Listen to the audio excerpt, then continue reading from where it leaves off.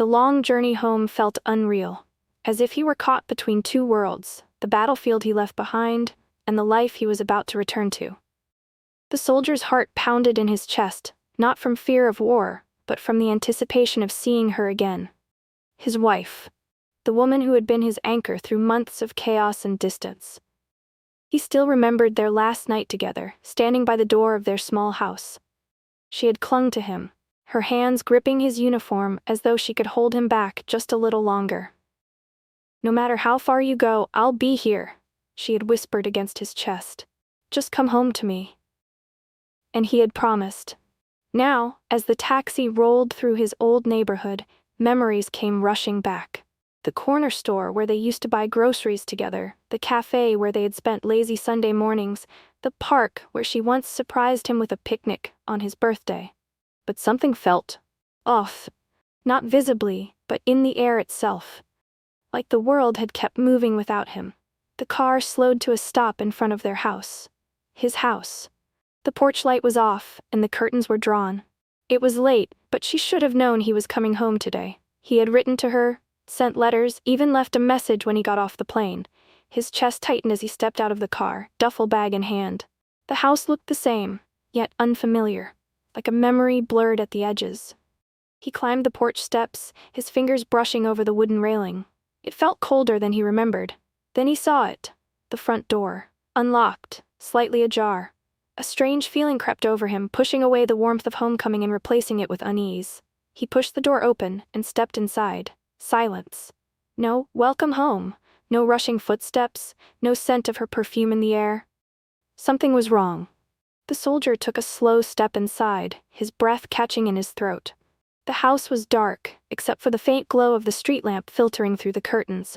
He expected warmth, the familiar scent of home, her perfume, the soft lavender candles she always lit in the evenings. But the air was empty, hollow, like a place abandoned long ago. His voice cut through the silence. "Emma?" No answer. He set his duffel bag down by the door and stepped further in, his boots making soft thuds against the wooden floor. The living room looked the same, yet something about it felt wrong. The small bookshelf they built together still stood against the wall, but there were empty spaces where books used to be. The couch had a throw blanket draped over it, but it was folded too neatly, as if no one had used it in days. His stomach twisted as his eyes landed on the picture frame resting on the coffee table. It was their wedding photo, the one she loved most, the one she had placed there before he left. But now, as he picked it up, he noticed something odd. Her expression. She was smiling, but there was something in her eyes, something he hadn't seen before, a sadness, a hesitation. Like she had been holding on to a secret even back then. His pulse quickened as he moved toward the bedroom. The hallway felt longer than he remembered, every step heavy with an unease he couldn't explain.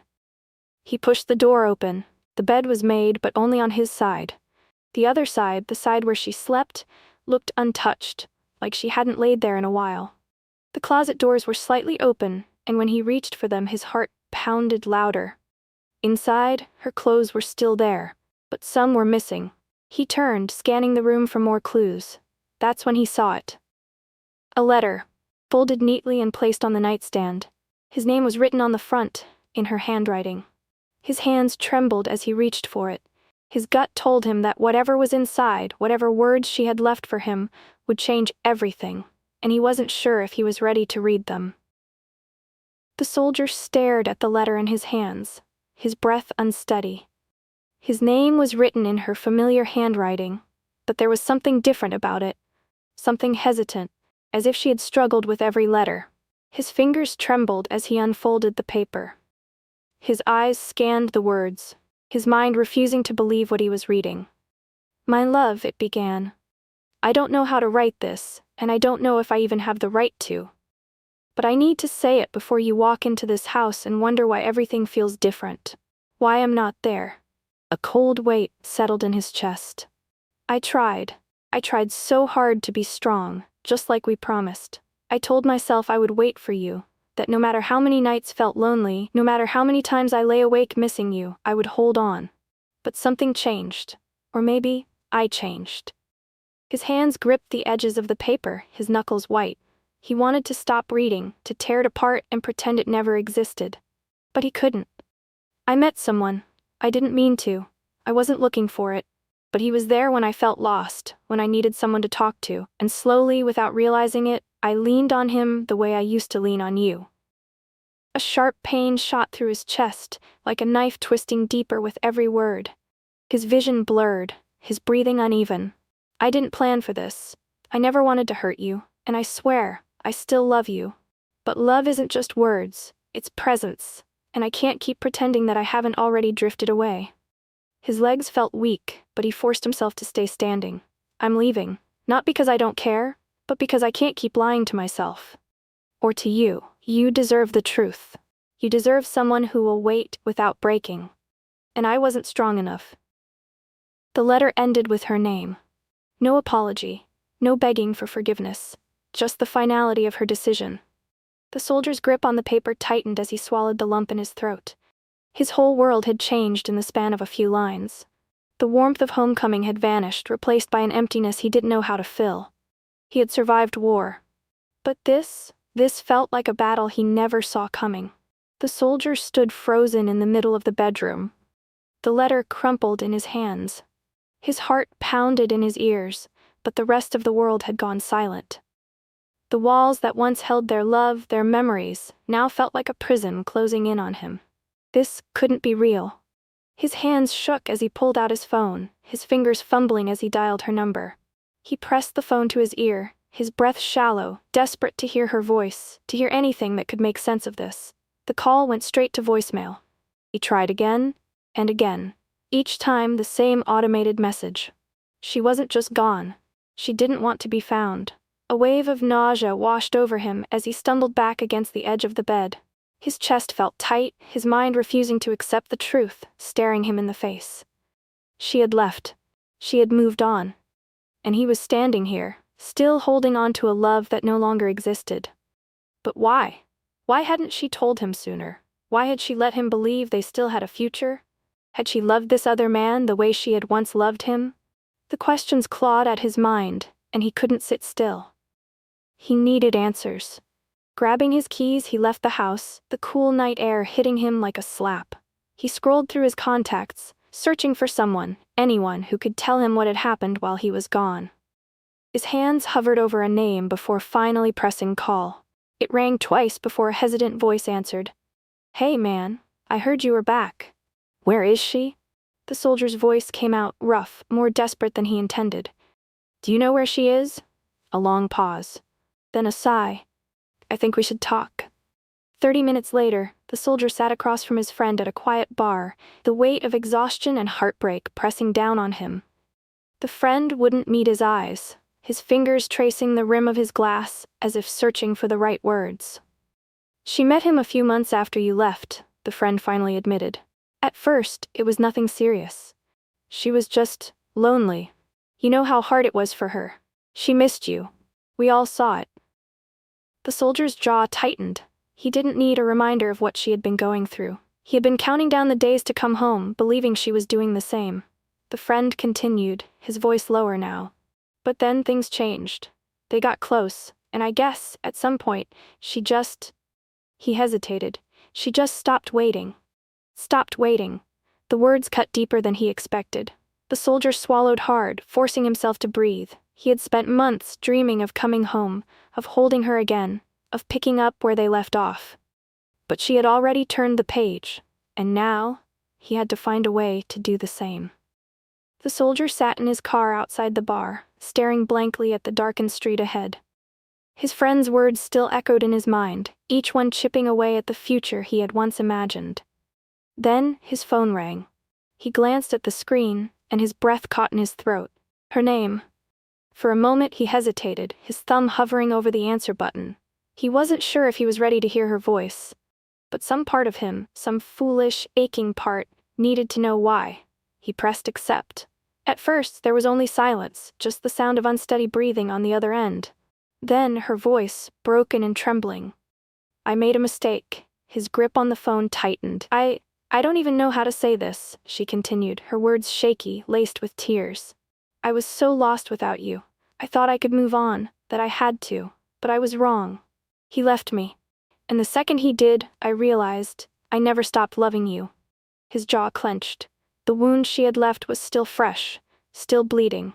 He had spent months holding on to her memory, believing in the promises they made.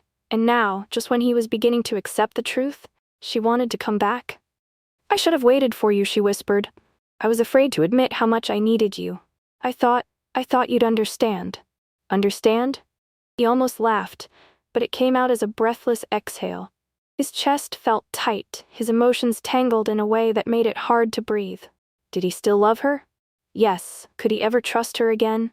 He didn't know. The silence stretched between them, heavy with everything unsaid. Then, in a voice barely above a whisper, he finally spoke. I need time. A small, broken sob escaped her, but she didn't argue. Okay, she said softly. Take all the time you need. The call ended. The soldier lowered the phone, staring at the empty house in front of him. The place they had built together. The life they had shared. Could love survive betrayal? He wasn't sure. But one thing was certain. Nothing would ever be the same again. The soldier stood there, in the silence of his empty house, feeling the weight of it all pressing down on him, heavy and unrelenting. His heart felt as though it had been placed inside a vice, slowly being squeezed tighter with each passing second. The air felt thick, filled with memories that clung to him like a second skin. The walls, once witnesses to their laughter and love, now felt cold and distant. The furniture, which had once been a part of their shared life, stood still, as if frozen in time. Everything around him seemed to whisper of what was lost, what he had hoped to find again. And it only deepened the emptiness he felt inside. His eyes wandered over the photographs that lined the walls, their frames now haunting reminders of a life that no longer existed. Faces captured in moments of joy, smiles frozen in time. These were pieces of a past he couldn't return to, no matter how hard he wished. It was as though every photo, every little detail in the room, had become a symbol of what was slipping through his fingers.